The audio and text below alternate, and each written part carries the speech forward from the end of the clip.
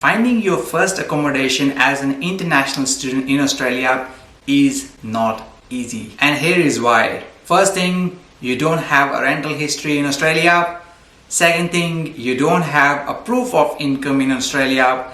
And last but not the least, you are competing with thousands of other renters for the same property. So in this video, we will talk about how to find accommodation in Australia as an international student. Our focus in this video will be on private rentals, and we'll try to focus much more on shared accommodation, because obviously many international students prefer to live in a shared accommodation, which makes sense because you do end up saving some money. So let's go through step-by-step instruction on how to find accommodation as an international student. Now the first thing first, when you are arriving in Australia, the easiest way to find your accommodation will be if you already know someone in Australia.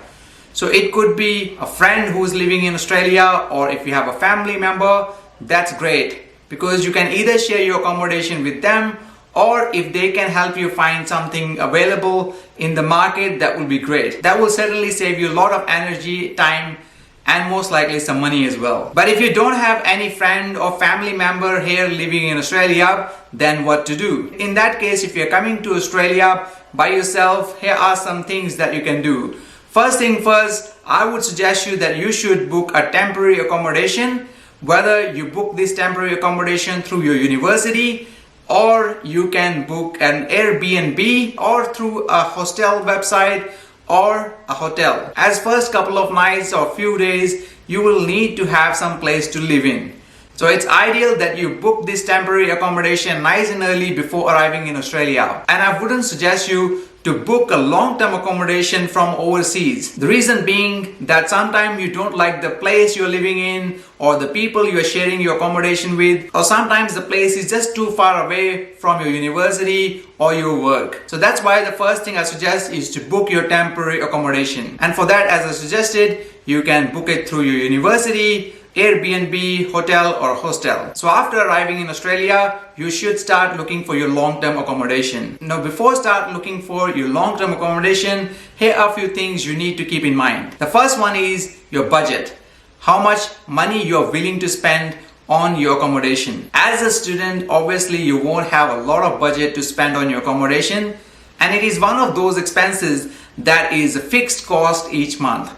So very likely you're gonna pay the same amount of rent every month. So it will be very important for you to find an accommodation that suits your budget. Apart from budget, the next thing you should consider is your lifestyle. Look, for some students, it will be perfectly okay to share their room with another housemate, but for some, the privacy becomes very important. So they may not like to share their room with other housemates. They rather share a house instead of a room, and some people even don't prefer to share their accommodation at all. So it depends a lot on your lifestyle as well, what sort of property you should be looking for. And again, if you're sharing accommodation, are you okay to share with the person who have a pet or have kids? You have to be mindful of all the factors and your personal lifestyle as well. And the last but not the least is the type of accommodation. Some people prefer to live in apartments while others don't.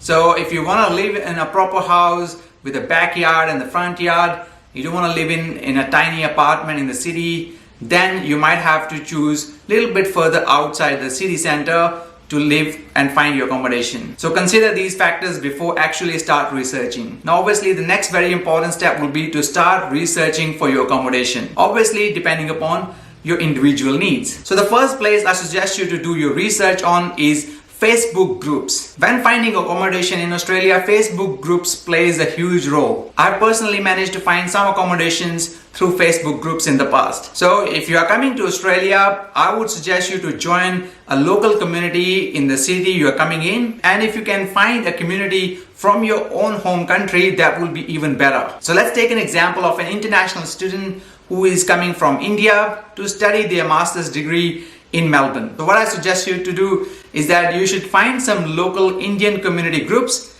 in Melbourne City. So there are plenty of groups like this on Facebook, which could be Indian community in Melbourne, or Indian people in Melbourne, or Indians in Melbourne. You should definitely join these groups. And after joining these groups, you will notice that many people post about different accommodations that they have available to share with other people. So you can actually find some of these posts by searching in the group. Now obviously not every person's needs will be met with these posts. So you can post something about your needs in these groups. Something like, "Hi guys, I'm coming into Melbourne on this and this date and I will be looking for a one shared room in a shared accommodation.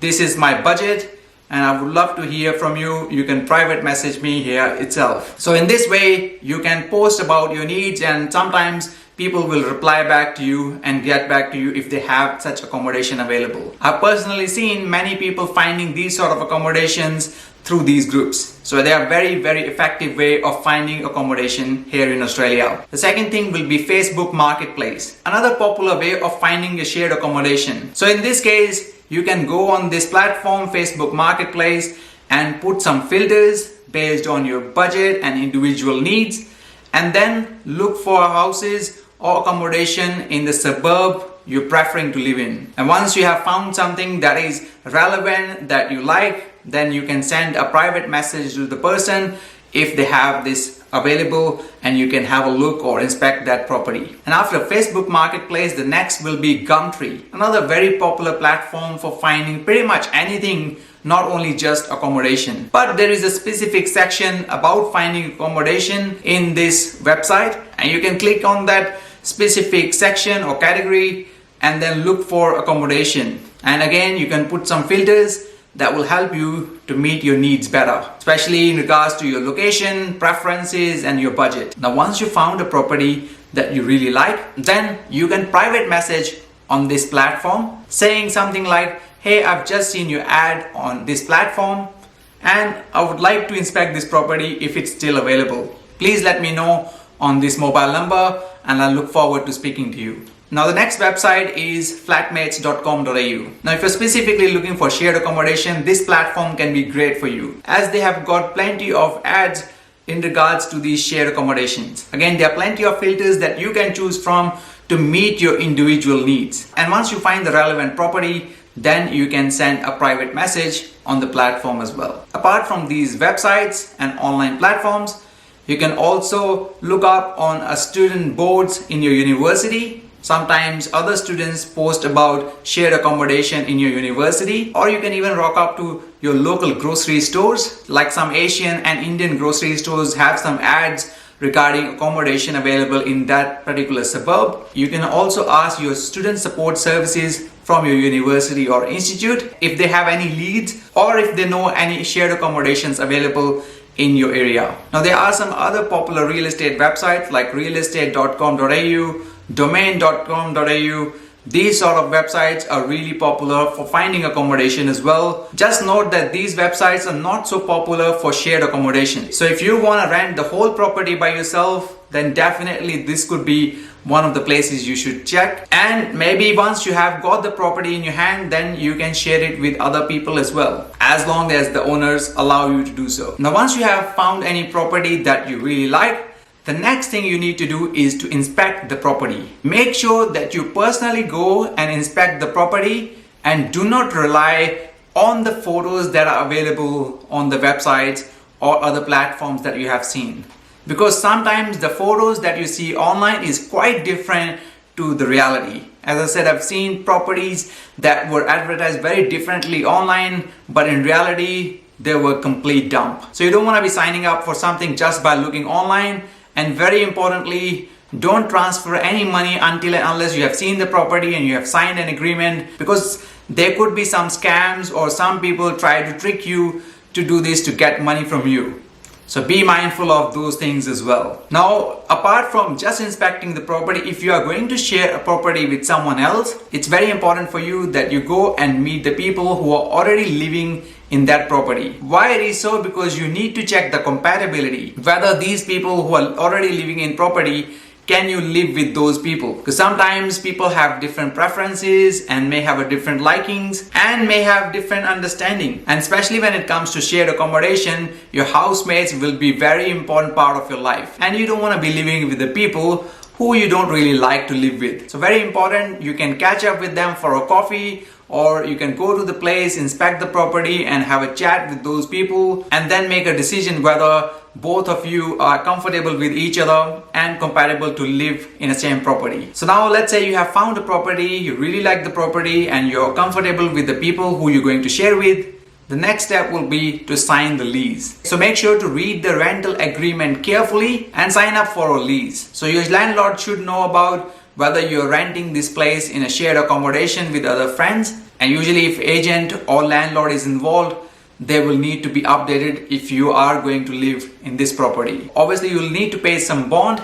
Usually it could be first month's rent, and you'll also have to pay at least 1 month's rent in advance. So make sure you read these documents very carefully and transfer the money as been directed by the landlord or the agent. Sometimes your housemates might be privately letting the property out to you rather than telling the landlord or the owners, which is obviously dodgy. And especially if you have no rental agreements or no written documents in place, they can just kick you out anytime. So I highly recommend you get your name on the lease or on the rental agreement, and most of the landlords or agents would expect that to happen anyways. After you have moved in, make sure you check the property once again. There is usually a condition report that you may need to fill in after entering the property. Usually I have to do it within few days or few hours of arriving in the property. This is done to make sure that you're happy with the condition of the property, and if something is not working, you need to let your landlord or your agent know about it so they can get it fixed immediately, or when you're leaving they don't ask you to pay for it because you have already reported it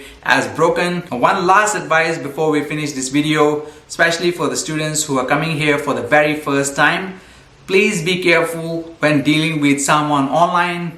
There are a lot of scams that could happen, especially when you're dealing things online, and even when you're going to meet people face to face, you have to be extra careful. There could be some people who will try to trick you, scam you, or try to take some extra money from you just because you're new in the country. So if you're not sure something about it, please make sure you ask someone who's already living here for a while, or you can ask your university if this is the correct way or this is the right way I'm trying to find the accommodation, so they can guide you whether the person who you're dealing with is telling you the truth or trying to scam you. Now if you want to know more about how to find accommodation and some other useful information regarding accommodation and living with housemates, I highly recommend you to download our Overseas Students Guide. This guide is completely free and available on our website. We'll make sure we'll put the link in the description so you can download it from there. And if you're coming to Australia soon, we would love to hear from you that how you are booking your first accommodation in Australia. Do you have a friends or family here in Australia, or you're booking it through your university or some other private sources? Please let us know in the comment section below. Now we must say that we do like making videos like this, but it really encourages us and motivates us if you give us a thumbs up on the video.